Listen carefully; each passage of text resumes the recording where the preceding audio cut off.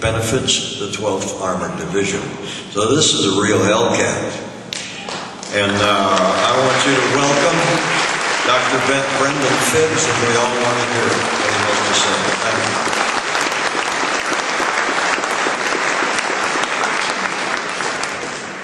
you. You know, we all hated those MASH things from the next war.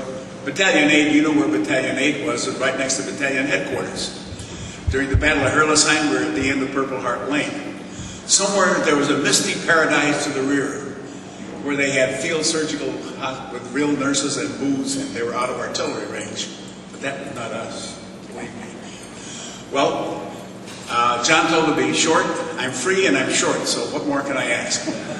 Well, if you were an average civilian audience, I'd be talking to you about how not to have a heart attack, or how to tell if you had one, or what to do about it. We'll skip that. If we were back at Camp Barkley, all you GIs, and you were leaving on a 3-day pass, I'd be talking to you about you know what. And don't catch it. Okay. But I want to talk about a couple of more serious things. One is, they're trying, the American Armed Forces, when they won the Second World War, saved the world in the most literal possible sense. Really saved it. They're trying to take your victory away. They're called revisionists. That familiar term? A revisionist is someone that stands history on its head. Is this thing working all right? Raise it up a little. Pardon? Raise it up. Up a little? That better? They stand history on its head. The bad guys are the good guys. White is black. Evil and good trades places. And they make money selling filthy books. A man named Patrick Buchanan, who ran on some splitter group for president, just published a book review in the New York Times that Hitler was a really nice guy. Churchill was a mean so-and-so. We should have made a deal with Hitler. And so on. And of course, there's a Scot who just published a book saying the same thing. The Germans were reasonable, nice, charming people. We should have made a deal with Hitler. Well, where the revisionists come up short and they have not a word to say is the Holocaust. They cannot justify what happened to the murder of 10 million people, and all of us were in the middle of one aspect of the Holocaust. So, fellow veterans, the war isn't over. You have to get off your duffs, as we would have said back at Camp Barkley, and go out and battle somewhere. We all remember the horror at Landsberg-sur-Lech. In my 60 years as a physician, I've never seen creatures like the starved people. Picture a room bigger than this one with dead bodies so close together you couldn't help stepping on them, all looking like skeletons with brown paint. It was even worse than that. The organization TOPE, the engineer group that ran that camp, locked a lot of these people in those A-frame huts. Those, remember, they had wooden A-frame huts with dirt floors. And they had some crazy idea of concealing what they'd been up to. They threw gasoline on, set fire, and burned them alive. They had dirt floors, and of course you'll do a lot before you're burned to death. They clawed through the mud and they stood around with bayonets and killed them. We saw the corpses, we saw the hut. And in our division history, we have pictures. So fellas, orders for today, make lantern slides or PowerPoint, get out, get in touch with your, which I did in Tucson, your local Jewish Community Center. There's a Holocaust committee. Talk around the schools. I go out and talk at the middle schools, high schools. And there's a film you can get from National Public Radio. The program Dateline. It's called Memories of the Camps. A British Army film that documents every single camp, directed by the great Hitchcock. It's a sound film. Belsen, Buchenwald, all of them. Well, my involvement got more than just Landsberg. We had pulled back to the Danube after the shooting stopped. And a physician came by our headquarters from the concentration camp at Dachau, the first camp. They had an outbreak of typhus. Typhus is a disease you get from being bitten by a louse. And in those days, there was no treatment for it. We didn't have antibiotics yet. And they were overwhelmed, so I got permission from the old man, and I went down and spent 2 weeks in the typhus center at Dachau. And I got to tell you, your worst nightmare doesn't approximate what I saw, what we all saw at Dachau. So, rallying call number 1. Please get out there, fellas, and make a noise. You're in a position to do so. Any questions? Thank you. Okay, next. About military history. I collect military history. I have a wall full of it. And there's the history of the United States Army in World War II, put out by the government printing office by very able historians. And it has the volume called From the Riviera to the Rhine, History of the 7th Army, and that's where we come in. It has the history of Herlesheim. And I picked out, I read it very carefully. And, for example, it said that many casualties, you guys are the 43rd Tanks, aren't you, some of you? The day of the big fight, the 16th, 17th, many of the tankers were killed in the 43rd, including their commanding officer. That was named Novosel. I wrote to the Office of Military History and said, at our last reunion, Colonel Novosel was delighted to find that he'd been resuscitated from the dead. He was now in our midst, which he was. Then they pulled another blooper. They talked about us in the Cold War pocket. And they gave us great credit for being a fine division, having weathered our blowing at Herlesheim, and how well we did pushing south to Rufak. And they said, with their newer TDs and direct support, equipped with a very effective 90mm anti-tank gun. 90mm? I said the 12th Armored would have wept tears of pure joy if they'd ever seen a 90mm gun, for God's sakes. I got very nice letters from the Office of Military History saying, yes, they screwed up, to use a vulgar term, on both counts, and they would correct it in the next edition. But something that gets even more to the point, the military history is right about a couple of things. You remember when you all attacked into Herlesheim, General Allen, our division commander, said that this says in the history book, General Allen estimated there were 500 to 800 disorganized infantry in Herlesheim, in that bridgehead. And in you went 66, 17th, 43rd. When we attacked, CCB came in from the other side, from Bischweiler. As a matter of fact, what was in there, and this is the official military history, 16 January, the date you attacked, the 39th Panzer Corps, not division, with the 10th SS Panzer Division, the 7th SS Parachute Division. The SS were the Schutzstaffel, the maniacs. One SS division was worth 2 Wehrmacht, we all knew that. The 3rd, 84th, and 667 Assault Gun Brigades, and the Reichsführer's Escort Battalion were waiting there in the Gamsheim bridgehead. Any of you survived is a miracle. Intelligence was spectacularly unintelligent that day. Now for our young friends in uniform there, I want to recommend selective disobedience to bad orders. It's going to be very subversive. They kept, division headquarters believed what Corps told them. A few home guard, Volkssturm, go out. And the boys in the 56th, Vander Hofer, I helped take care of the rest of them, were attacking from the waterworks and getting slaughtered. And Colonel Bromley, the West Point Eagle Colonel, CCB commander, was standing at the aid station there at the end of Purple Heart Lane, in the farmhouse. And it was crammed with casualties, German and American. Germans, interesting, Germans used to scream and Americans swore. I know the Germans go, wooty, wooty, wooty, and American, God damn son of a bitch. Very striking cultural difference. But I mean, our S3, Al Brisbane, one time said, after he left, he said, Doc, Battalion A Station is a hell of a place to fight a war. You see what's going on, ripped tissues and bleeding and dying. But Colonel Bromley stood there quietly and left. And they came back, I found out later, General Allen and a lot of the staff were right across the street. And he gave him a direct order. He said, attack again. He said, I can't order. Charlie, you just had a direct order. He said, I know it's a direct order, but I can't obey it, in conscience. Well, I patted on the back, okay, you're tired, come up to division headquarters, blah, blah, blah, blah. And I remember I was looking out the window while all this brass, and a little T-5 man named Larish, the 56, was beside me. And in came those 120 mortars. They used to play a tune right up down that street. Remember that? Orville, to the end of Purple Heart Lane. And they started marching. And suddenly all we saw were a bunch of distinguished behinds running away. Like this, scuttling. And Larry said, look at that collection of self-propelled asses. So anyway, Colonel was relieved. And they set up the recon. You guys in the recon, remember when you came up to that Hurlesheim battle?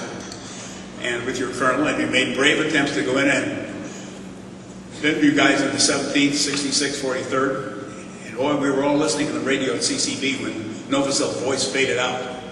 The last comment was, what we need is 10,000 dough, and no more. What the hell did they do?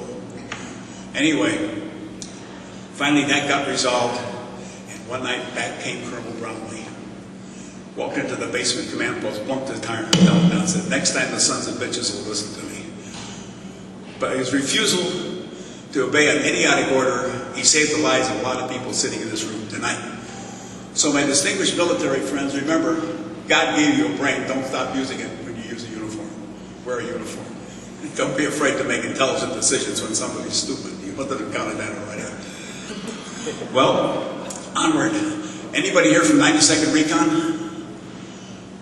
Okay, lucky Ellery Likens sent his regards. I talked to him on the phone. He was a lieutenant in the recon, the only man in the division that got 2 silver stars. He got the first one up on the line January 1 when their big counterattack started. He was in a foxhole. He called down artillery and they said, Lucky, that's you. He said, I'm in the deeper hole than these sons of bitches. Believe it in. So they brought down fire right on himself and wiped out a German company that was attacking him. Silver Star number 1. Silver Star number 2. At Hurlesheim, he went out under sheets of fire with like tracers from both sides crisscrossing, crawled out through the snow and dragged his troop commander back and saved his life. I'm glad to tell you, Ellery doing fine, still playing golf. He relies on being long distance for medical consultation. Well, onward. The stupidity in high places. You remember Tidworth Barracks, Salisbury, England? Remember that beer in that pub in Salisbury? It was weak because they had rationing, and they served their beer warm. And one private took a long swig and said they ought to pour this stuff back in the horse. Which I thought was a memorable comment. We had a captured medical enemy weapons thing one night, and they showed the 88 and the light machine gun 42. That had a very high rate of fire, 1,200 rounds a minute. And the Americans went 800. Hence the term bird gun, really was the LMG-42. Well, we went through weapons training, all us medics at Camp Campbell. We fired for record, we had to take things apart and learn about headspace and all that. You remember changing barrels on a machine gun, guys? Rube Goldberg. Take cartridge case A in hand B, turn 3 clicks here. You're supposed to be doing this while you're under fire and the enemy charging. So then they showed us the German light machine gun Model 42. This is how you change barrels. Bling, plong. 2 seconds. It was like a Mercedes after a Model T. A monosyllable arose, which I leave to your imaginations. We don't repeat in the presence of ladies. But we fought with basically inferior weapons, except for our massed artillery. We could mass artillery fire better than anyone.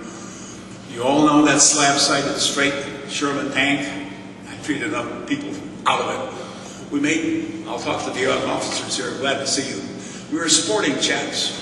We made the sides straight so that enemy shells would penetrate better instead of sloping it like this. Darn decent of us, you know. We had a short-barreled 75 that would bounce right off the front slope plate of a Mark V or Mark VI tank. Even our 76s did. And we had narrow tracks to make sure they sank in the mud. Remember putting track trousers on so they wouldn't sink. So, but I'm pointing at the man on the line doing the fighting, the killing, knows more about what's going on frequently than the people way back upstairs in some high rarefied atmosphere. Don't forget it. Now, 2 crises we had. I have to laugh when I think about it. One is we got a message from Division Rear that somebody in the Corps of Chaplains, and wasn't a good man, Father Feltholder was our Catholic chaplain CCD, he was killed later in Korea, a decent man. I remember ran him out to the Rimling farm at the 43rd when Rocky was killed. But somebody got an idea we were using strong language. This is literally true. Halfway across Germany, we got a message from the Division Rear that mentioned stop swearing and using strong language in battle. Okay, sure, okay, we'll say gee whiz and darn. Then we had a medical stupidity. You guys may remember you wore these olive drab shirts. And after we crossed the Rhine, there was no time to stop and do laundry, for God's sakes. But the colors of the shirts got black with dirt and sweat. And you got boils on your neck, I know, but you came to me with them. And they were bad, swollen, dangerous septicemia. So the very intelligent GI solution was to look for that. Remember all the parachute silk the Germans had in their houses when you guys were looking for booze or whatever you look for? They had parachute silk all over, right? So they made scarves out of it, put it on. And they came, and I encouraged them after I lance boiled and give them sulfur drugs, and I said, go get yourself a silk scarf, protect your neck. So you all look pretty picturesque. You're running around in white and purple and green and whatever scarves tucked into your uniform, like cowboy scarves. And it was medically ordered by me. But down came an order from Division Rear. You will stick strictly to items of uniform. No extra will be worn. So I said to each of them, you'd say, the doctors ordered it. It's a medical necessity. Forget it, fellas. And they did. This went on for some time. Anyway, I remember our S2, the big Texan, Bill Cooper. He couldn't speak French or German. So I used to say, Bill, we're in Alsace-Lorraine. They speak French and German, so you're twice as unintelligent as you were in that speaking language. Fortunately, I speak fluent German, so I was able to talk with a lot of the peasants there. So the message is, the men on the line know what is happening. You are ultimate reality. And boy, I couldn't thank him. When Doc Zimmerman, I must tell you about him. He was the battalion surgeon for the 56th. Junior in rank, although older in age. He volunteered in the middle 30s. He looked like a very old man to me at the time. Wish I were a boy in my middle 30s again, like all you guys. But he volunteered, and he volunteered for field service signed waivers of disability. He was nearsighted and had something else the matter. He signed to get up with us. And he was that. He got wounded the first day at Hurlesheim. I went carrying down to find him, and he was limping along that main street at Rohrwiller with a bloody bandage on his knee. So I said, get the heck out, I'll take over the 56th. He said, no, bad verb you, Major. I cleaned that up. Bad verb you, Major, I don't want to do a lot of paperwork. We stayed there. And when the fighting finally let up, I said, now get out of here, I'll run them. Things are quiet, I'll take charge. We sent him back. About 2 days later, he came limping back into Rohrwiller, still with a bloody bandage. What happened? He said, well, he got to an evac hospital, or one of those MASH things. And there he was with these frozen, exhausted, bloodied men, for the worst fighting in U.S. Army history. Here came a nurse with a tray with hamburgers and hot coffee. And they started reaching. He said, ma'am, God bless you, you're like an angel. Oh, no, you have to get regular Army ration. This is for the doctor. Yeah. Sometimes they had to operate for 6 or 8 hours. So Zimmerman told her what she could do with her hospital. He looked up the commanding officer and told him what he could do with his hospital. He went out and thumbed a ride back to the front and came limping into the 56th, and he stayed with him the end of the war, and the end of the war that left a mortar in his knee. He's a great man. We owed him a lot. Isolated examples of greatness.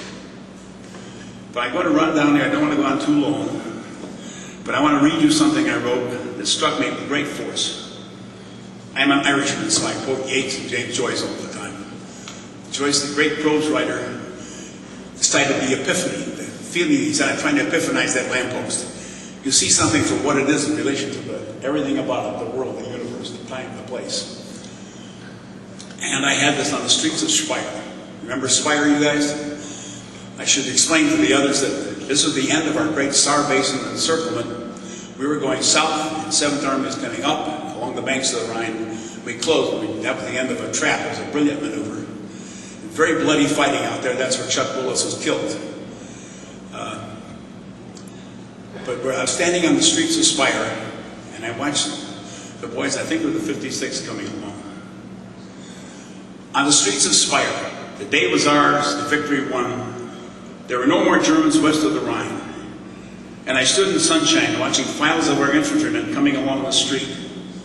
And in these men, many of whom I had known for years, I was suddenly seeing strangeness, a quality that needed identifying. They were unshaven, filthy from the morning's fighting, slung with ammunition, shirtless, blinking through red eyes, looming a great deal larger than life, formidable, plausibly murderous. Difference was that they had become parts of their weapons.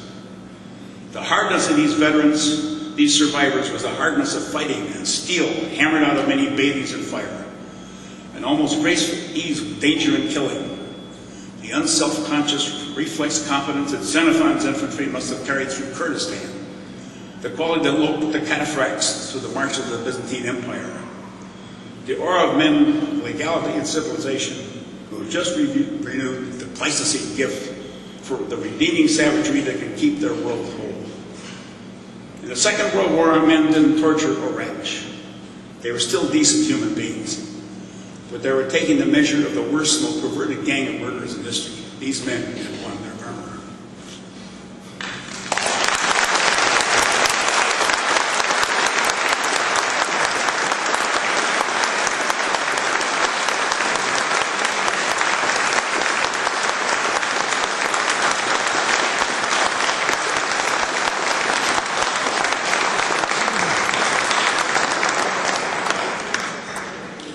Thank you, Dr. Phibbs. I know you could talk, go on for another half hour, and I appreciate your brevity, and we all enjoyed your talk. If the band will come on down now, and we can take a break and talk for a little while they're getting set up, and they're here to entertain us. This is the Abilene Community Band.